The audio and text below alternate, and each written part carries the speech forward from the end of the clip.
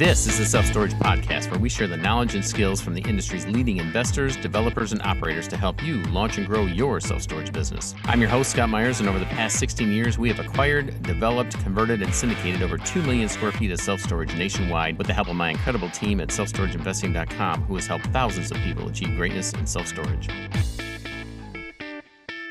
Hello, everyone, and welcome back to the Self-Storage Podcast. I am your host, Scott Meyers, and this week's guest is Jim Pfeifer from Left Field Investors. Jim is one of the founders of Left Field Investors and the host of the Passive Investing from Left Field podcast. Left Field Investors is a group dedicated to educating and assisting like-minded investors negotiate the nuances of the passive investing landscape and world of syndications.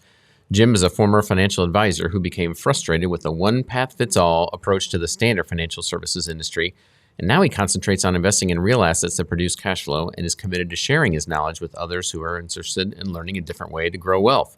Jim not only advises and helps people get started in passive real estate syndications, but he also invests alongside them in over 45 passive syndications, including apartments, mobile homes, self-storage, private lending and notes, ATMs, commercial and industrial triple net leases, assisted living facilities, and international coffee farms. Jim earned a degree in finance and marketing from the University of Oregon and a master's in business education from the Ohio State University. He has worked as a reinsurance underwriter, high school finance teacher, financial advisor, and now works exclusively as a full-time passive investor. So without further ado, please enjoy my conversation with Jim Pfeifer with Left Field Investors. Jim, so good to see you again. I'm glad that we were able to share this conversation with Storage Nation. Now, I've given everyone a little bit of background on yourself and from your bio, but if you would, why don't you fill in the gaps and tell us a little bit about, where you're headed this next year and, really more importantly, how you built this incredible community that you have built over at Left Field. So with that, I'll let you take it from here. Yeah, nothing we did really was intentional with Left Field Investors, except for the very beginning. In the very beginning, just kind of a passive investing dinner club where we were going to meet in person once a month.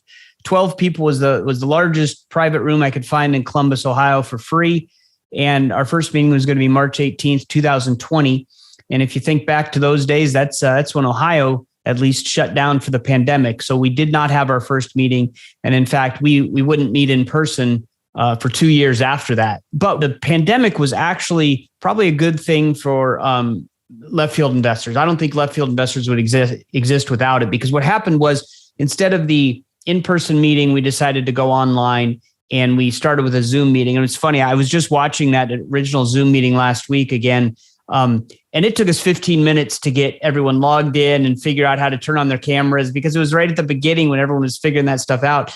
But so we basically, we really wanted it to be a mastermind. And even at the beginning, when we went online, we limited the number of people who could be part of Left Field Investors. And it wasn't even called that. But eventually, so many people were getting interested, and we were able to get some really high profile guests to come to our monthly meetings because everyone was just sitting at home. So people didn't mind coming out and presenting at our meeting. So that turned into our monthly meeting, turned into eventually a website, a podcast.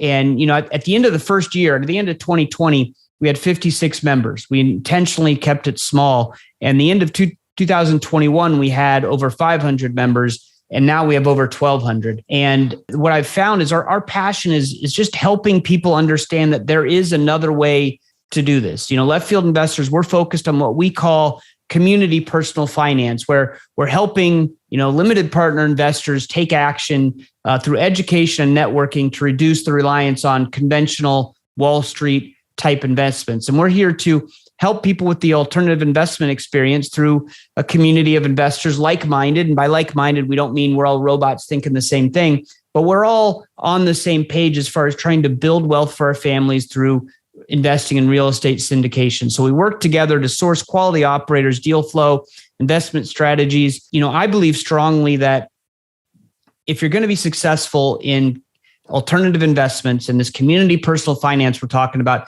you really need to have a network and a community, because it's really hard to do on your own, because these are long-term illiquid investments, right? That you do not have any control over.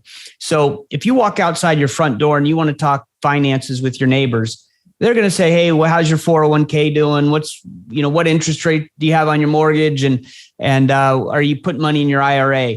And then you're going to say, well, I'm doing syndication investing. And they're going to think you're crazy, right? Ooh, risky alternatives. Those are so risky. And to me, It's where you live, where you work, where do you go shopping, all of this stuff, where you store your stuff when you're moving. It's all real estate. And so it's not risky. I think the market, paper assets, I think that's risky. That's a whole nother conversation. But basically, Left Field Investors just evolved. We're five guys that founded it, and we make the joke, we're five guys trying to figure stuff out. And that's what we've done. We realized that there is a need for this type of community. So we just kept on pushing ahead. We needed a website. We created one. We found out that people are starving for content. So we have lunch and learns almost every week. We also do deal webinars for some of our trusted partners. And we have a bunch of stuff that we're working on for 2023 because, like I said, there's so many people that really need this type of community. And when I tell people to join a community, I'm biased. I think Left Field Investors is great, but it doesn't have to be our community. It could be any community. It's just the way that a community helps you, because to know if an operator is a quality operator, right? You got to wait until the deal goes full cycle. Well, that's going to take, in the old days, 3 years, now probably 5 to 7 years. So how are you going to know if it's a quality operator? Well, you're going to ask your community. And that's what we do. We leverage the knowledge of others through a community. So that's kind of the basics of Left Field Investors. Well, it's interesting.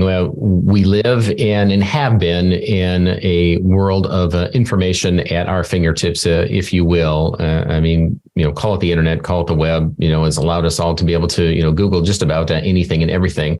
But when it comes to investing dollars, you can listen and you can look for and then listen to just about anybody you want spinning just about anything out there. And so we've now come to that place, and we have an education company as well. We teach people how to invest in self-storage. And what I find, Jim, is that, people are at a place where there's just truly information overload. Before there was just a limited amount, then they go to the internet and they could find more and get a little more dialed in. But now there's so much information out there and so much noise that people now they have to come back again. It's almost like we're coming full circle to a community of a smaller group of people, maybe not necessarily, the two people or your neighbor, as you mentioned about investing, because, well, your neighbor may not know, and he's just going to justify the investment that he made. And so he's going to make it sound great rather than really being in the know. But it takes that tribe, as you mentioned, 50 people, 100 people strong, that, okay, there's enough experience here and people that are like-minded, that are going down the same path, that we know, like, and trust within this tribe, that now we can feel comfortable in moving forward together. And then there's some benefits in that, in terms of sharing information. And that's what we built in our self-storage mastermind of people that are going out and actively, investing in self-storage, because they were looking at so many other folks that were talking who were investing in it or teaching or selling books and tapes. And they were just justifying the reason to sell books and tapes if they only had experience, buying 1 or 2 facilities and they did really well, or maybe they didn't do very well. And so, that community, we all know the power, of a tribe and of a community. And being a part of it is essential, because as entrepreneurs, whether you're a limited investor, a limited partner, or passively investing or active, we can't just, walk down the hallway and go to the office and talk to the folks in the know that have the information. We do have to rely on folks outside and create that community. So I commend you for seeing the opportunity in the marketplace. Necessity breeds, all things for us as entrepreneurs to go out and create something. And you built an incredible community. Yeah. And, it is an incredible community. And one of the things that we really work hard to do is maintain the culture of that community. Like I said, it wasn't intentional how we did things. We just keep moving forward. And I think that's part of the beauty of what Left Field does is, so some of our members will say, hey, what about this? And oh, that's a great idea. Okay, let's see what we can do to implement that. And we make mistakes along the way, of course, but it really does provide a place, an alternative to the standard stock market, traditional, conventional personal finance, because, the reason why everyone puts money in the 401k is because that's what they've heard of. No one's ever, there aren't great, college courses or even high school courses on personal finance. People don't really get educated. So they go into the workplace and their first job, someone says, hey, stuff a bunch of money in their 401k. And that's exactly what I did. I thought I was doing great. As soon as I got a job right out of college, I maxed out my 401k from the start, and it was good because I'm saving money and I'm working towards retirement. But, I'm 24. Do I really want to start putting all my money towards retirement at 24? And there's better ways to do things. And it sometimes takes a long time for people to figure that out individually. And what a community can do is say, hey, you don't have to put all your money in your 401k. You don't have to do it this way. There are other alternatives. And so people can dip their toe in and just try it out. And if it's comfortable for them, then they can, some of them, you really see it. They just jump in and they're all in. They, cash out their 401k and they're all in for real estate. And others, we call them kind of center fielders, right? Because right field is the traditional stuff and left field is what we call alternatives. And kind of in the middle are the people that, they want both. And that's fine. Each person has to figure out where they're comfortable. And I think that's one of the things that left field, being in part of a community like this, it allows you to experience, here's somebody who's all in with alternatives. And here's somebody who has a foot in each. And that's okay. So for somebody who is a passive investor and they stumble across you, Jim, in the community, they may be looking for either justification or just to learn more. But once some folks have joined your community, what is some of the feedback that you hear? Some of the things that the benefits that they found that maybe they hadn't anticipated, or you as still a part of the community, but also an insider, but looking as an outsider. What would you say are some of the benefits that people receive as being part of the community, including yourself, that maybe you didn't anticipate when you started this whole movement? Yeah, I think it's sponsors, finding quality sponsors and deal flow. That's number one. And, we didn't set this up for that, but I do remember the very first time I talked to, who's now one of the other co-founders, Steve Sue. He's a doctor and I met him because we were both also active investors at the time. And I was talking to him about this new thing that I was doing, investing in passive real estate syndications. And he said, oh yeah, I'm in a couple deals too. And we both mentioned an operator that we were dealing with. And he was it was the same operator.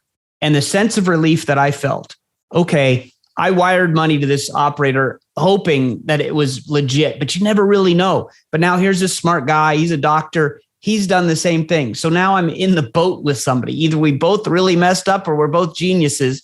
We didn't know which at first. And maybe we still don't, but it's just the comfort of knowing that there's other people with you. And so, as we built the group, one of the things we found is, how do people find sponsors? That's the number one reason why people join. And, I'm in stage 3 of my journey of finding sponsors. And so, the very first way I did it, when I figured out, hey, syndication is a thing and I want to get into this, I went to a seminar, right? A networking event, a bunch of operators there. And I had a old 401k rollover burning a hole in my pocket. And so I went to this seminar and everybody I met, I'm like, hey, are you a syndicator? Yes. Okay, here's some money, right? That is a very bad way to vet sponsors and find people to invest with.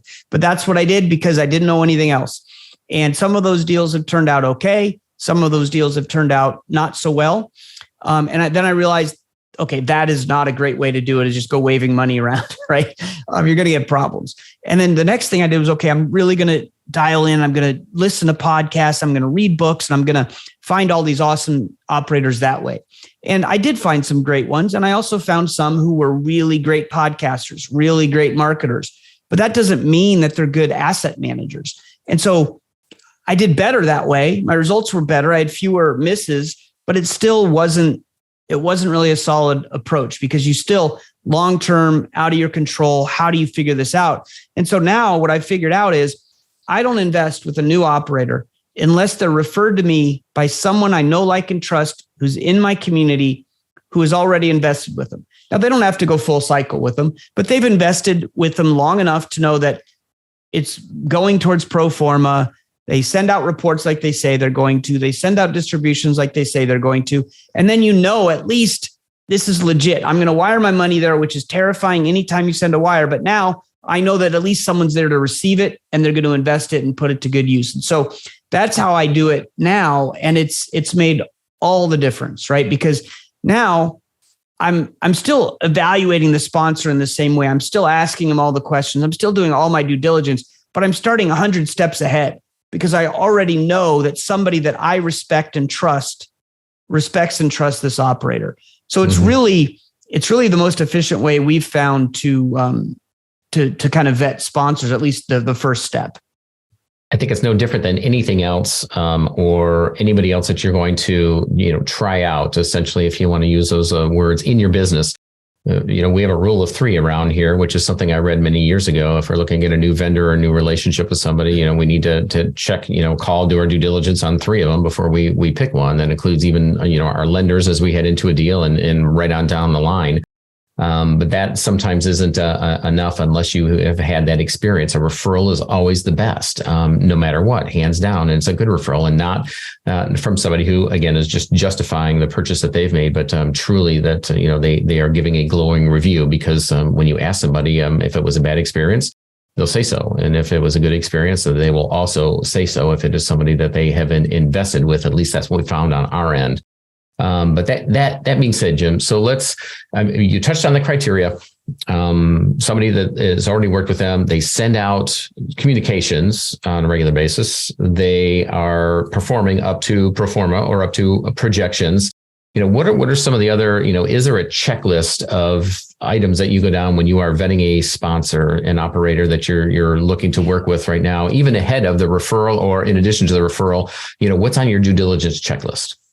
Yeah, well, there's a lot, but the main thing that I am concerned, or the easiest way for me to kind of vet someone and get them off the list, right? Because that's kind of what you're trying to do. Obviously, you want to build relationships and things, but it's a lot easier to find that, a couple of things that really are things that'll be like, that's a no. And the main one for me is, and it doesn't sound important, but it's communication. And if you're not communicating with me effectively before I've wired you $50,000, then I can have zero expectations that after you receive my wire, you will suddenly start communicating. And this is a little bit personal, but a little bit not. But for me, I know that I get very frustrated if I send emails or phone calls or text messages and I don't get a response. I'm frustrated. You can tell me that you've doubled my money in 6 months, but if you've ignored me for those 6 months, I'm never investing with you again. I'm just not. And the same way as if you have a deal and it doesn't turn out the way that you pro formed it or how you wanted it, but you're constantly keeping me up to date and saying, here's why, here's what's going on, I'm going to look at that and I might still invest with you, even if your first deal didn't work out, because I understand what you're doing. I understand your process and you're communicating. So number one for me is if I send an email and I don't get a response in a timely fashion, I'm moving on. There are thousands of operators out there. I'm not going to deal with poor communication. So that's number one. And I keep testing them throughout, right? When you send me a deal, I'm going to look at it. And even if I don't have any questions, I'm going to come up with some questions. I'm going to email them to you and I'm going to see how you respond. And I'm looking for two things. One, do you respond in timely fashion? I'm usually expecting 24 hours or at least respond and say, hey, I got your email. I'll get back to you when I can. I understand things happen. The other thing I'm looking for is a quality of response, right? I had a syndicator once who said, well, all your questions are answered in the webinar. Okay. Yeah. I've already watched the webinar. I know that. What I'm trying to do you know your own deal? And, so what I like is one operator got my email and just instantly called me and said, hey, I just wanted to talk through this deal with you. I want to make sure you understand and you're comfortable. And that's great. So part of it is, you need to find out what's comfortable for you. If you're fine with somebody not responding and not communicating, then maybe you have a different top thing to look for. But for me, it's the communication. And then after that, I'm looking for also experience. And it doesn't have to be that you've been in the industry for 20 years. But if you've only been in the industry as an operator for a year or two, then you have to have something else you're bringing to the table. Are you an expert in a certain niche that no one else knows about? Or did you hire someone who's been in the industry for 20 years that you can rely on? And that's the same if you're going into a different asset class. I don't want to be your guinea pig. So did you hire someone who knows that asset class, right? So you're known for self-storage. If you all of a sudden do multifamily, I'm out. I'm not investing with you with multifamily, right? I might watch you because I know you're a quality operator in something else. I might watch a few deals and see, but I'm not jumping in right away. So I want to know that you're consistent, you're focused, and you have some experience and that you have quality communication. And all the other stuff, you ask what skin in the game you have. Are you investing in your own deals, the property manager, all that other stuff are the details. And yes, I look into those, but my main thing is your experience, your communication skills. Mm-hmm. Yeah. There's no substitute for experience. And we're finding that that's even more important. And, as we kind of become more self-aware of who we are in the marketplace. And then also I invest passively as well. There are cohorts that I'm in the industry with. So I only invest in self-storage, and I invest with some other operators that, they got a tiger by the tail, and they got some incredible projects that we want to become a part of. And so, yeah, they have to tick all those boxes and be in business for a number of years and communicate very well, and everything that you just mentioned, Jim. But I think what's more important now, only because of the journey that we've been on, is there is a lot of importance with tenure at the helm. We've been at this. I've been investing in self-storage since 2005. This will be my third recession that we're heading into, and there's just some things that after you've been through a recession or after you've been through some chaos and turmoil, you're able to look down the road a little bit further. You've been preparing for this a little bit more and looking at things a little bit differently, and your capital stack and your cost of capital and your projections may look a little bit different than somebody who hasn't been through a recession.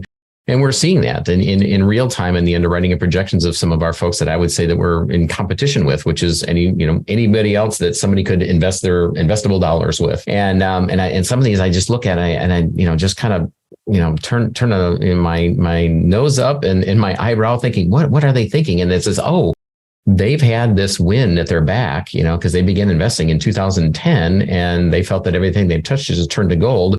But realistically, 75% of their success has been, the bull market that we've had, and that they're not really preparing. And what's going to happen? They haven't really exited too many deals successfully, and they certainly haven't been through a recession to know what that looks like. And there is no substitute for that. And we're seeing that right now. And just the way that I'm so proud of my team and the way that we're approaching things, just because we've all been through this before. And, it was said from the front of the room at this event that you and I were both at last week, Jim, that somebody said, I would never trust working with an operator or a leader who doesn't walk with a limp, meaning, somebody, and I think he said a general who, I would never follow a general that doesn't walk with a limp or something like that. In other words, if anybody that you partner with or that you hitch your wagon to has done nothing but successful and never had any issues or challenges, well, that doesn't mean that they haven't learned anything and they haven't been through. They are not battle tested, and that's not anybody I want to invest with and head into battle with as we head into a recession. So I agree with you 100%. And also the other piece is, these family office operators, or, really anybody that is investing a significant amount of dollars, down to the folks that are investing $25,000 as a minimum. How do you vet integrity? As you mentioned, the communication piece, to me, that is at the heart of integrity. And we invest with people because they have integrity. And it starts with communication, that everybody is treated equally, no matter how much money that they have, and certainly not treated any differently once the check or the wire has cleared. Everybody deserves to be communicated to. And I feel the exact same way. But that is that piece that you typically won't be able to understand or find out until you're already married to that person. You're already in a relationship and you're, heading down the path and invested with someone. At least we get a heads up with a community like yours, or to be able to get a referral basis. But at the end of the day, that integrity piece is one that it needs to be vetted and found out, any way possible before you begin to start investing significant amount of dollars with someone.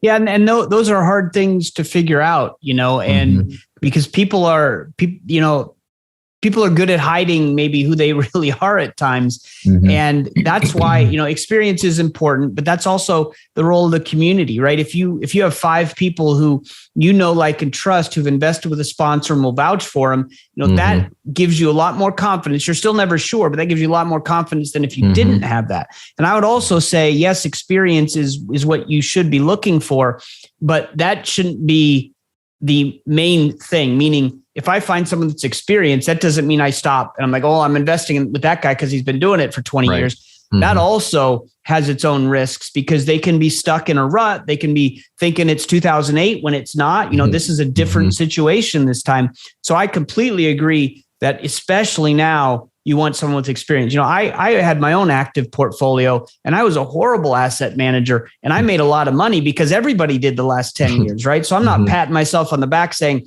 now I'm going to go manage assets because I did so well. I looked at it and said, I did so well despite all of my deficiencies. So you really want to make sure that you're in with the right people. the right mix of experience, the right mix of integrity, the right mix of skills that you need to be an asset manager. And it's really hard to find all that, as you said, before you send that wire and invest. But even after you do, it's hard to figure that out until the deal's done 5 years later. And that's why having a community or access to people in a community is so important. And it's not like Wall Street, where if you get in a bad investment, you can sell the next day, right? You are stuck in it. And there's a bunch of information on the internet, right? But it's hard to find the quality of information. And so having a group curate that information, whether it's Left Field Investors or another group, it's incredibly important. Mm-hmm. So Jim, tell me, what does it look like to be part of your community? Let's say there's an active investor in the audience that is now looking to turn passive, or somebody who's just taken control of the 401k and turning it into a self-directed, and they're looking to your community.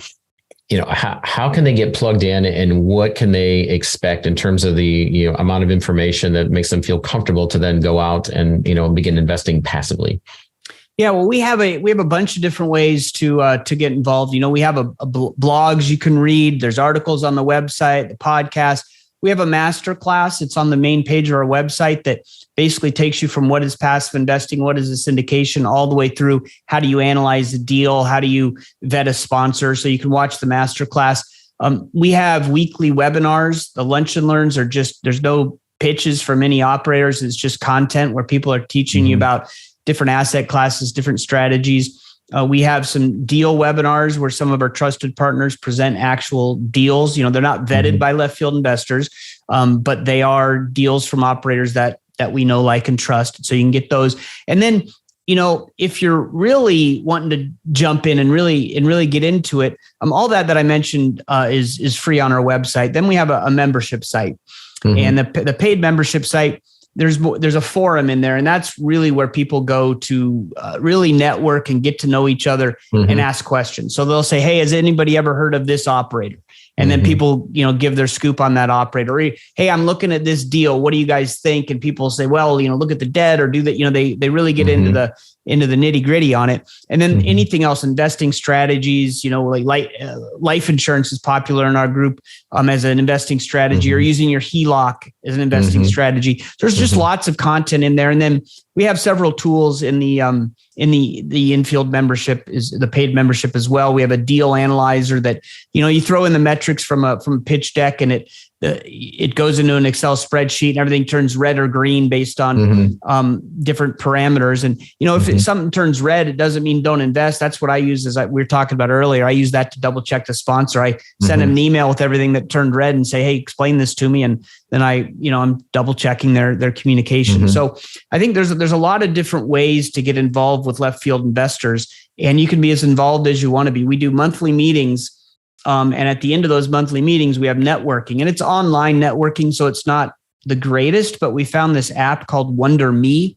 And it's really cool because it's basically your computer screen turns into a bunch of little tables, and you can just kind of drag your face from one table to the next. And each table is a topic. So if you're interested in self-storage, you drag your face to self-storage, and you're in a group of 5 to 10 people who are talking self-storage. And then if you want to go over to the other, the tax strategy session, you just drag your face there. So there's a lot of networking, and that's what we try to do, is connect people. And I found out that it's really neat that people are really getting to know each other, right? We had one of these monthly meetings, and I log on early to just get everything set up. And I heard some people on the Zoom call talking like they were long lost best friends. I'm like, "How do you guys know each other?" And they said, "Oh, we did this networking call in the group, and we did this, and we both live in Boston, so we're doing a Boston local LFI meetup." And it's just amazing the connections that people are making. Yeah. So, we're really proud of the community that we've built, and it's all credit to the members of the community. It's a really high quality group of people who are willing to help. And I have learned as much from the person who, is just trying to get into their first deal and isn't even accredited yet, as I have from the people in our group that are in 150 deals and have been doing it for 20 years. So everything in between. Well, Jim, I know that you don't necessarily benefit, or there's not a goal of your community being active or getting dollars into play. That's not, anything that you are, moving towards. But for the folks that maybe that is why they come to you, is that I've looked at all these things and I just can't pull the trigger. I'm aim, and I can't fire. How do you help those folks to take the information, to move forward with these sponsors that you have, vetted, or at least, have a relationship with? How do you help them to be successful by then deploying some of that capital to be able to get in? Is there any of that, in terms of if people are coming to your community to, I guess, get the gumption to go and get the confidence in moving forward? Is that anything you provide as well? Yeah, there's a couple ways for that. The first way, it's hard, right? Mm-hmm. You're being asked to wire someone you don't know $25,000 or $50,000. Right. And probably the last time you wired money was when you bought a house or something, right? So wire transfers are terrifying. I've done 100 of them and I still don't like it. So getting the confidence just for that part of it, but then also, when you invest in the market, you're usually, doing it through your 401k and they just take money out of your account each month. So maybe it's a couple grand. But now you're being asked to do 25 or 50 grand at one shot. So yeah, it is scary. And so we do talk it through. And I think there's two things that we do. One is when you're in a community of a bunch of people who've already done it, then you just kind of learn and watch and ask questions, and you can get comfortable knowing that, hey, someone else has done it. And then also, as I mentioned with Steve earlier, if you're going to go into a deal where you already know people that are also going into it. So you can say, oh yeah, I'm wiring my money and asking questions, and it just gives you a little confidence. So that's one way, but you're still dealing with pretty large numbers. So another way that we do it is we work with a company, a very close partner of ours called TribeVest, and they help you do group investing. So basically, they just take a group of people and they help you get the LLC, business bank account. There's voting on there. There's documents. It just really helps people invest together. And what that does is now, if you have 25 grand you want to invest this year, now instead of getting it into one deal, because the minimums are usually 25, 50, or 100 grand, you can pool your capital with others. And now you can take that 25 and get into 5 deals or even 10 deals.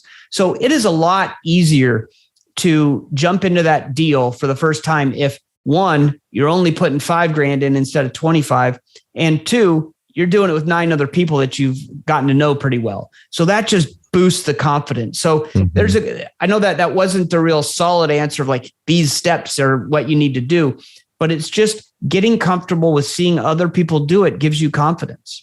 No, 100%. I mean, it's up to everyone to explore their own comfort level, but those are some of the tools and the resources available. And so, absolutely, that's the perfect answer. And that is that everybody arrives at that place at a different time. But right, being part of a tribe, whether it's TribeVest or Left Field, is definitely the place to do that. So. Jim, as we wind down here, once again, thanks so much for your time. I appreciate that, and appreciate you and everything that you're doing to educate and just provide this resource in this community for these folks. And as we head into 2023, we got interest rates going up. There's still a lot of uncertainty. People know they don't want to be in the stock market, but they're kind of sitting back on the sidelines. Inflation is going crazy, and we don't know what's going to happen with regards to any politics and energy crisis and all that. Thrown into the mix, what is the song that you are singing right now to folks over and over again? What is a drum that you're beating that people need to pay attention to? If we could bring it back to a basic or a mantra for folks to just, get their head straight and, stay the course, what is that? What are you telling your folks right now? If it's one thing or 2 or 3 things to be able to, keep their heads about them as we head into this next year? Yeah, it's scary, right? But no one knows what's going to happen. So if you run into somebody who says, hey, here's what 2023 is going to be like, or here's what 2024 is going to be like, go the other way, right? The more confident someone is on what's going to happen in the market or the economy, the less I believe them. So that's the first thing is don't think, oh my gosh, the sky's falling, I have to sit out. What I'm telling people is continue to take action, but maybe take smarter, slower, more thoughtful action than 2 years ago. 2 years ago, you could just throw your money anywhere and it would double in a couple of years and, oh, great, right? But we're not like that anymore. But, when the pandemic happened, if you panicked then and you kept all your money on the sidelines, you missed out, right? Yeah. And so, yes, times are tough, but what I'm doing is I'm taking smaller swings, right? Smaller bets on things. in a more measured way. I'm really looking at a couple of different factors. I'm really focusing on the debt because that's one of the issues. Inflation is bad in some cases, but if you have a lot of debt, you're eroding your debt. So it's, the real estate is still the place to be. Yeah. So what I'm doing is I'm sticking with my strategy. A couple of years ago, or many years ago when I started this, I thought, I'm going to invest small amounts with a large number of operators at the absolute minimum in a bunch of different asset classes and a bunch of different markets. Because these are such long-term investments, I want to make sure that I get to test them all out, right? And so maybe in 3 or 5 years after I've tested a bunch of them, I can start investing larger amounts. But so a couple of years ago, I looked at that strategy and I said, maybe I messed up. Maybe because all these deals are going full cycle so fast and everyone's making so much money, I just have these little small amounts in a bunch of different deals. I need to go bigger, right? Because then I can hit some home runs and have some bigger capital events. But what now I'm going back right now. I'm thinking, okay, my strategy was correct, because if I'm in just a few deals with large amounts, it just takes one deal to sink me. Now I'm so diversified. Yep. I'm in so many different deals, especially with Tribe Best and other things that, yeah, I've had a couple of deals that haven't panned out, but I'm not panicking because I have others that are still going full cycle and other good things happening. So I am just going to keep on my current strategy of diversification by sponsor, by asset class, by market, invest the minimums, and just really be more focused and more thoughtful in my investments than maybe I was before. Because I got a little careless because everything was so successful. You're like, everything's going to win, right? And I have shiny object syndrome. So I'm trying to make sure I'm focused and measured, I think, but still active. Turns out that diversification isn't just something that your grandfather told you about and that it's old fashioned. It ends up that diversification in terms of asset classes and operators and syndicators truly is a good thing. And again, something that we heard from, the big family offices and the institutional folks, that they're doing. And it makes sense. These folks, they're managing billions of dollars, and they got that way for reasons, because it's the basics and they stuck to the basics. Yeah. And so, go ahead, Jim. I would also say, I was talking to an investor the other day, and we're in a common deal that didn't turn out, and we don't know what's going to happen. But right now, it's not panning out how we thought. And he's more worried than I am because he took a really big bet on this one deal.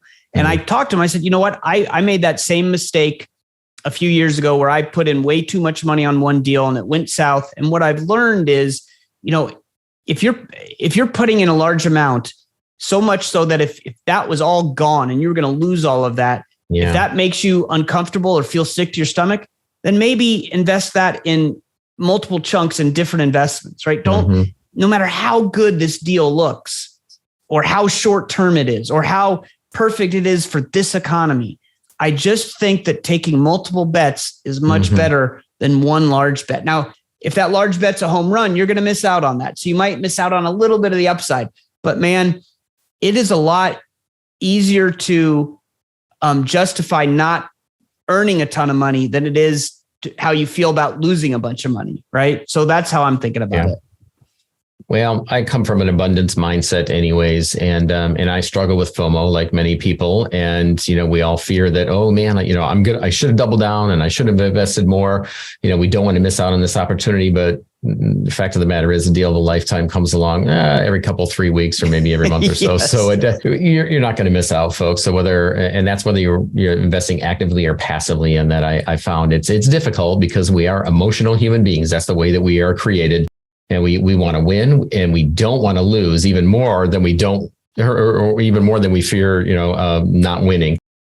So that is a discipline that over the years that we have to, put in place, and it's difficult to do. But at the end of the day, slow and steady wins the race. You can pick up that book today. It's the same as it was when somebody read it to you 20, 30, 40 years ago. Slow and steady still wins the race, period. Absolutely. So, Jim, with that, how about this? What is a book that you have read recently, or maybe even one, a tried and true, something that you go back to over and over again that you would like to share with Storage Nation that you think is just a must read right now? That's easy. The Hands-Off Investor by Brian Burke. It is absolutely the best book on passive investing. I'd show you my copy, but I lent it out to my daughter, actually. How about this? in case anybody needs to see, then there we go. That is also one that is very close by at all times as an active investor and somebody who, works with folks that are looking. We know exactly what people are looking for because we're on both sides of it. And you're right, hands down, he covers the bases. Brian's great. He does. And it's good for people that are just starting out, and it's good for someone who's been in it for a long time. I mean, it really gets into the weeds, but it also gives great overviews. I've based a lot of my investing on that book. 100%. Well, Jim, once again, thanks so much for your time. I'm glad that we were able to have this conversation in front of Storage Nation, and looking forward to 2023, and look forward to coming back and being back in the same room with you. I was thankful to be back in the room when you all got together for the first time in Ohio, and then also at the family office event, and seeing you there as well. And so always enjoy our time together. So once again, thank you, my friend. Awesome. Thank you, Scott. It was a pleasure. All right. Take care, Jim. See ya. Hey gang, wait, 3 things before you leave. First, don't forget to subscribe to the Self Storage Podcast and turn on your notifications so you never miss another episode. And while you're there, please leave us a 5-star review if you like the show. Second, be sure to share your favorite episodes and more via Instagram, and don't forget to tag us. And lastly, head to the links in the show description and hit the follow and subscribe button on Twitter and Facebook to get a front row seat as we grow and scale our business and bring you along with us. Take care.